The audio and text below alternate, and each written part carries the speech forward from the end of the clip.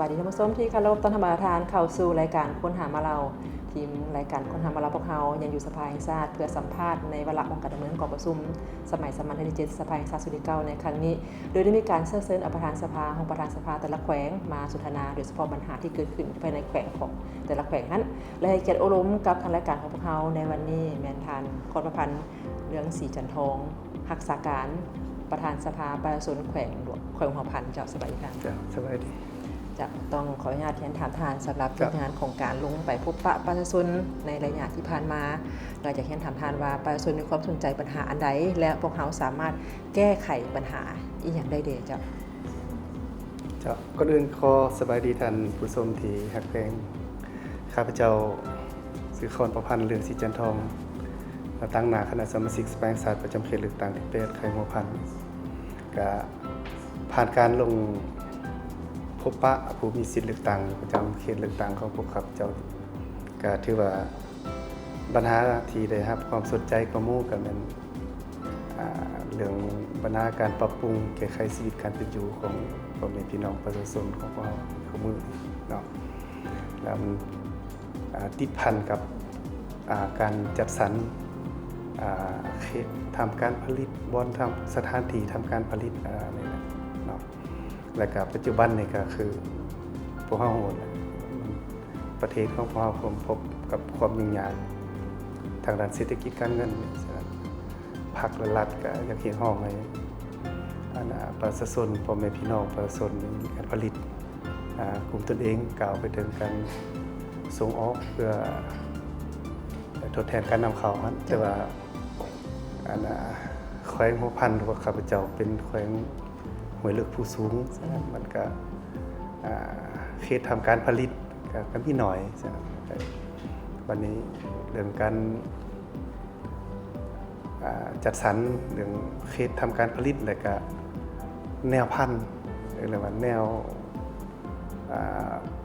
เป็นแนวปลูกแนวเลี้ยงแนวพันธุ์พืชแนวพันธุ์สัตว์นี่ก็ถือว่า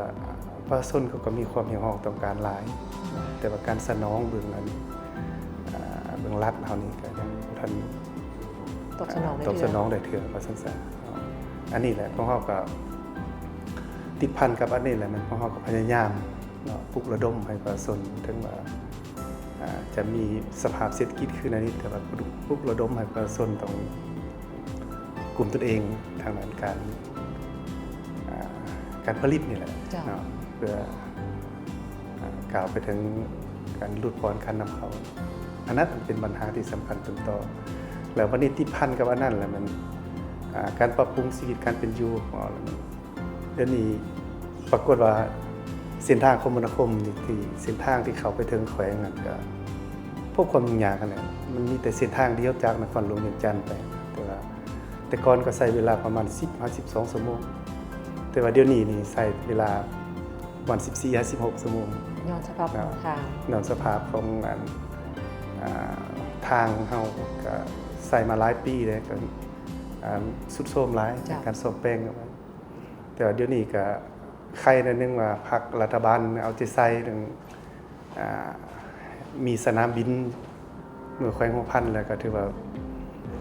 ได้รับการตอบรับอย่างดีนั่นก็ขอแสดงความขอบใจนำทางพรรคและรัฐบาลที่ได้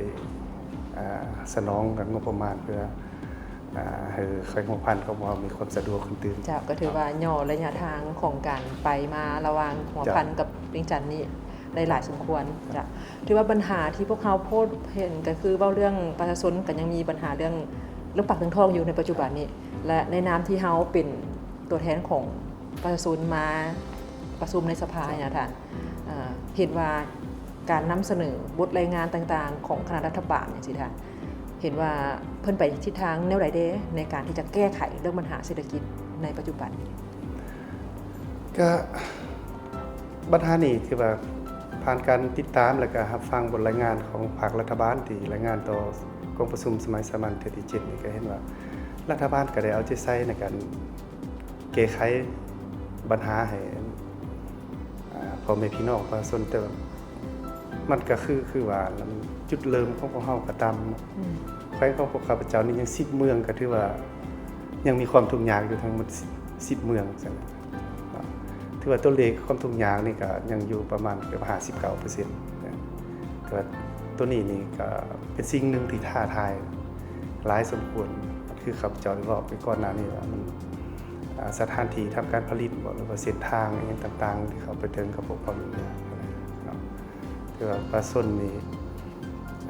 เป็นบ้านที่หลุดพ้นจากความทุกข์ยากก็มีแต่บ่ฮอด200 บาทมีแต่179 บาท ถือว่ายังเป็นสิ่งที่ท้าทายหลาย แม่น สำหรับประชาชนอยู่ทางแขวงหัวพัน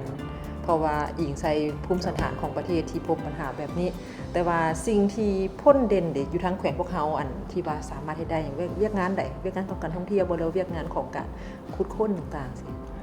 เดี๋ยวนี้ถือว่าการท่องเที่ยวของแขวงหัวพันก็ถือว่า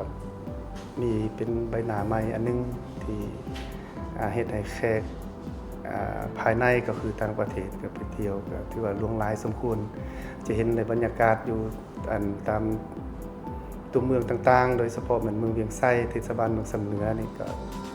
ถือว่ามีแขกมีคนไปเที่ยวหลายสมควรแต่บางอาทิตย์นี่จนบ่มีฮอดบ้านพักนี่จนบ่อยากพอเนาะ ถือว่า ตัวนี้ เป็น เป็นท่าแห้งอันนึงที่เพราะว่าของแขวงของเฮาก็เป็นทางที่มั่นของการปฏิบัติแต่เนาะก็หลายคนที่เขาจะเคยมาคืนไว้เป็นพ่อแม่พี่น้องเคยไปคืนไว้จะพุ่นเป็นลูกเป็นหลานน่ะมาฮอดเดี๋ยวนี้มีความสะดวกคืออันนี้ก็หลายคนจังไปเยี่ยมไปยามไปสัมผัสเบิ่งตัวจริงของมันแล้วก็เบิ่งท่าแห้งอีกอันนึงก็ของแขวงของเฮาก็แม่นเรื่องนั้นบ่แหนี่เนาะบ่แหนี่ก็เรียกว่าเป็นแขวงอันดับต้นๆของประเทศเฮาที่มีการอนุญาตในการขุดค้นหลายสมควรบ่ว่าทางศูนย์กลางอนุญาตก็คือทางแขวงอนุญาตตัวนี้ก็เป็นปัญหาหนึงที่เฮ็ดให้ในนามที่เป็นตัวแทนของประชาชนบรรดาเผ่าอยู่แขวงหัวพันเพื่อติดตามกฎกาสุขอยู่การจัดตั้งปฏิบัติในเวียงงานขุดค้นสอบค้นสำรวจและส่งออกให้ทานนี่ก็เป็นปัญหาหนึ่งที่ท้าทายต่อสภาพประชาชนแขวงของเราสมควรเพราะว่ามันก็ติดพันกับ3ประเภทป่าได้เนาะ จ้ะ อันนี้มันวันนี้ประชาชนเพิ่นก็จะเข้าไปทำการผลิตทางเบื้องงานภาครัฐนะครับก็อยากอนุญาตให้นักลงทุนเพื่อพัฒนาเวียกงานบ่แห่นี่ฉะนั้นมันก็มีหลายอันที่บ่ทันลงรอยกันว่าซั่นๆเนาะประชาชนเพิ่นก็ยังมีความคัดข้องมองใจเด้อ ก็ต้องได้เรียนมาทางสภาประชาชนแขวง แม่น นี่จ้ะและอีกปัญหาหนึงก็คือว่าเรื่องการอนุญาตในการขุดค้นบ่แฮอยู่ทาง จ้ะ แขวงพวกเฮานี่ก็ถือว่าที่ผ่านมาก็แม่นได้มีปรากฏการณ์ที่เกิดขึ้นเกี่ยวกับปัญหาที่เกิดขึ้นจังซี่นะทางสภาประชาชนแขวงพวกเฮาได้มีการลงไปติดตามปรากฏการณ์และเห็นสภาพมีการรายงานมาจังได๋เนี่ยท่าน ก็ผ่านกันว่าส่งข่าวจากพ่อแม่พี่น้องที่อยู่ในเหตุการณ์ตัวจริงนั่นแหละเฮาก็พยายาม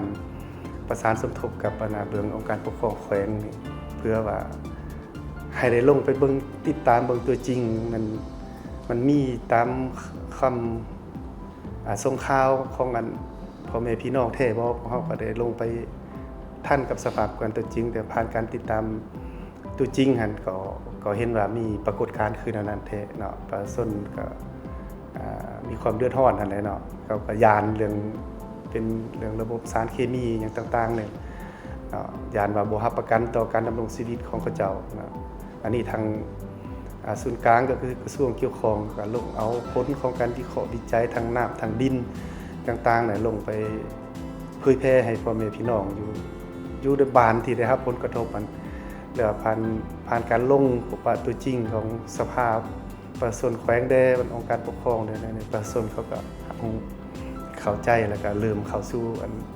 ทำการผลิตเป็นปกติแต่ว่าก็ได้เสนอให้ผู้ประกอบการนั้นมีวิธีการและมาตรการในการป้องกันสิ่งแวดล้อมนะครับบอกถือว่ารักษาสภาพแวดล้อมตัวนั้นบ่ให้มันมีผลกระทบโดยตรงต่อการดำรงชีวิตของประชาชนนะ เจ้าก็ถือว่าทางสภาประชาชนแขวงหรือสภาเป็นตัวแทนของประชาชนก็ได้มีการลงติดตามกฎการอย่างจริงจังเกี่ยวกับปัญหาที่มันเกิดขึ้นโดยเฉพาะมันการขุดค้นโบแฮอยู่ทางแขวงหัวพานฮั่นและพร้อมเดียวกันนี้ในการคุ้มครองฐานเกี่ยวกับการคุ้มครองรัฐคุ้มครองสังคมอย่างนี้นะ ในปัจจุบันนี้ก็ถือว่ามีปรากฏการณ์หลายๆที่มันเกิดขึ้นในสังคมจนพวกเขานับบ่ไหวพุ่นแหละว่ามันมีอีหยังเกิดขึ้นแต่ว่าเขาอยากจะคุ้มครองรัฐคุ้มครองสังคมให้มีประสิทธิผลขึ้นตื่นมีนะทัดเฮาต้องได้เอาใจใส่อันใดแด้นักจุดซุ่มตัวใดให้มันมีเกิดผลประโยชน์แท้ๆตัวนี้เพื่อรับประกันในการคุ้มของรัฐคุ้มของสังคมไปตามระเบียบกฎหมายนะในนามที่เป็นตัวแทนของพ่อแม่พี่น้องผู้มีสิทธิ์เลือกตั้งอยู่ทางเขตเลือกตั้งที่8ของพวกข้าพเจ้านั้นก็ทำอีกหนึ่งถือเอาการโฆษณาเรื่องรัฐธรรมนูญกฎหมายและนิติกรรมแต่กฎหมายนั้นเนื่องจากว่าทุกกองประชุมสมัยสามัญของสภาแห่งชาติก็คือสภาประชาชนแขวงกับพวกเขาต้องได้ลงพบปะกับผู้มีสิทธิ์เลือกตั้งอยู่ตามแต่ละจุดตามแต่ละบ้านตามแต่ละเมืองแล้วก็ถือเอาโอกาสนี้และนำเอารัฐธรรมนูญกฎหมายปัญหาที่มีความเข่งห้อนลงไปเผยแพร่ต่อพ่อแม่พี่น้องผู้มีสิทธิ์เลือกตั้งทั้งหมดนั่นแหละเฮาก็พร้อมกันเคารพและปฏิบัติตามรัฐธรรมนูญกฎหมายและระเบียบการที่เราได้กำหนดออกกันก็จะเล็งใส่เป้าหมายของผู้มีสิทธิ์เลือกตั้งทั้งหมดนั่นแหละเนาะนั้นก็ต้องขอบใจท่านหลายๆที่มาให้สัมภาษณ์ในรายการพวกเขาเดี๋ยวเฉพาะมันชี้แจงให้เห็นถึงปัญหาที่เกิดขึ้นอยู่แขวงพวกเขาก็เฮ็ดให้ประชาชนนี้มีความรับรู้และก็เข้าใจหลายขึ้นตื่มสำคัญละแม่นเพิ่นเป็นตัวแทนเนาะเฮ็ดเวียกอยู่ในสภาแล้วก็ไปปึ้งหางเสียงของประชาชนรับคำเอาความเห็นนั้นประกอบมีมาใส่เป็นบทรายงานเพื่อจะมานำแก้ไขอยู่ทางศูนย์กลางก็ขอบใจท่านหลายๆที่ได้เฮ็ดเวียกอย่างหนักหน่วงในการเป็นผู้แทนของประชาชนการสนทนาเป็นสิ้นสุดเพียงเท่านี้พวกเขายังจะมีการสัมภาษณ์อื่นอีกแต่ว่าจะเป็นแขวงใดที่มีปรากฏการณ์ใดเกิดขึ้นติดตามชมในรายการค้นหามารับพวกเขาต่อไปเวลาหนึ่งแล้วข้าพเจ้าและแขกรับเชิญลาท่านผู้ชมไปก่อนสบายดี